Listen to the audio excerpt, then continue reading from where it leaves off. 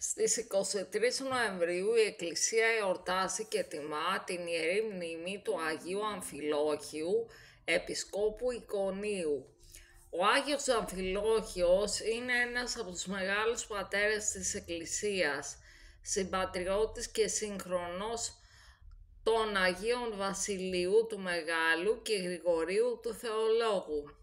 Υπήρξε και αυτός, όπως ο Άγιος Ιωάννης ο Χρυσόστομος, μαθητής του Λιβανίου και διακρίθηκε πρώτα ως ρήτορας και δικηγόρος στην Κωνσταντινούπολη. Τον αγαπούσαν και τον τιμούσαν όλοι για την αρετή του και για τη μεγάλη του μόρφωση. Κατήχε περισσότερο από κάθε άλλον την έξω σοφία και τη γνώση των θείων γραφών. Ο Άγιος Αμφιλόχιος, νέος και επιτυχημένος πια στο βίο του, περιφρόνησε λοιπόν τα εγκόσμια, τα παράτησε όλα και έφυγε στην έρημο. Έζησε ασκητικά πολλά χρόνια, νηστεύοντας και προσευχόμενος. Όλοι οι πατέρες της Εκκλησίας ορίμασαν στην έρημο και από εκεί ξεκίνησαν για το κατοπινό τους έργο. Το 373 ο Μέγας Βασίλειος πρωτοστάτησε και οι επίσκοποι της επαρχίας τον εξέλεξαν και παρά τις διαμαρτυρίες του τον χειροτώνησαν επίσκοπο Εικονίου. Τότε ο Μέγας Βασίλειος του έστειλε χαιρετιστήρια επιστολή στην οποία του γράφει «Χαίρει και η πατρίς και εφραίνεται του Κυρίου οικονομίες. Η εκλογή και χειροτονία του Αγίου Αμφιλοχίου χαροποίησε την Καπαδοκία». Μέσα στις πολλές επιστολές του Μέγα Βασιλείου προς τον Άγιο Αμφιλόχιο βλέπουμε ποιος ήταν ο Άγιος, του οποίου τη μνήμη εορτάζουμε σήμερα. Σε μία του επιστολή ο Μέγας Βασίλειος γράφει προς τον Άγιο Αμφιλόχιο «Εσύ ο δάσκαλος και να μαθαίνεις από μένα που δεν έχω τίποτε να σε διδάξω για να μάθεις».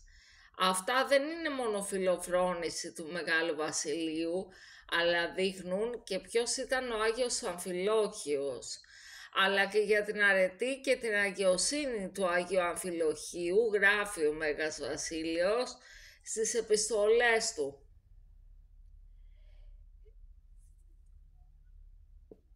Είναι γνωστό πως ο Μέγας Βασίλειος είχε κλονισμένη υγεία, γι' αυτό και ζητούσε τις προσευχές ενός Αγίου ανθρώπου και τον παρακαλούσε να τον επισκέπτεται, για να του δίνει δύναμη και χαρά.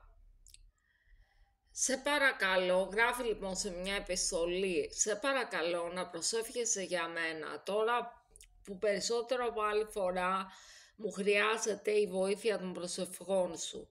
Και σε μία άλλη επιστολή γράφει πάλι ο Μέγας Βασίλειος προς τον Άγιο Αμφιλόχιο «Αν μπορέσεις, όσο ακόμα είμαι στη ζωή,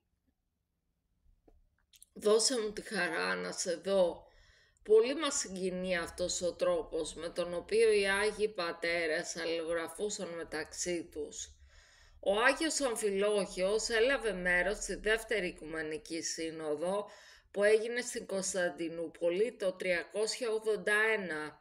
Εκεί τον θαύμασαν όλοι και τους έκανε μεγάλη εντύπωση ο τρόπος με τον οποίο διετύπωνε τα επιχειρήματά του εναντίον του πνευματομάχου Μακεδονίου.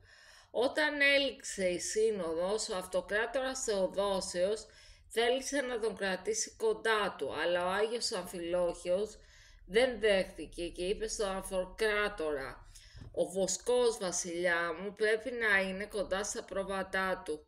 Τον παρακάλεσε μόνο να του κτίσει 2 ναούς στο Εικόνιο.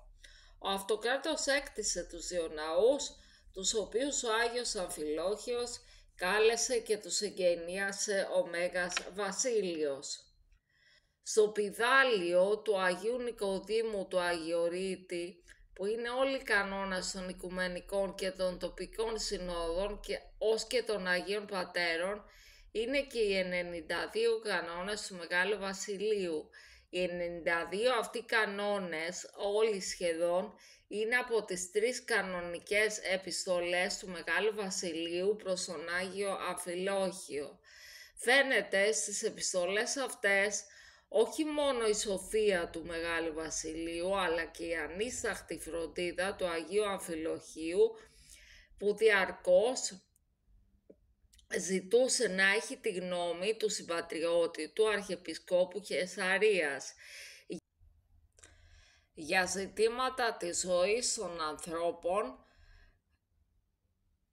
του πνευματικού του ποιμνίου. Επίσης, στη σπουδαία πραγματεία του περί του Αγίου Πνεύματος, ο Μέγας Βασίλειος τη γράφει και την αφιερώνει προς τον εναγίης Αμφιλόχιον, επίσκοπον Εικονίου. Αμήν. Απολυτίκιον Αγίου Αμφιλοχίου.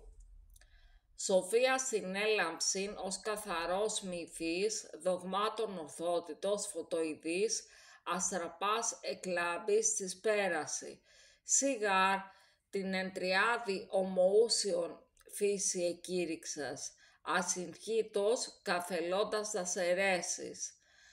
Διώσε ιεράρχα Αμφιλόχη, Χριστός εδόξασε.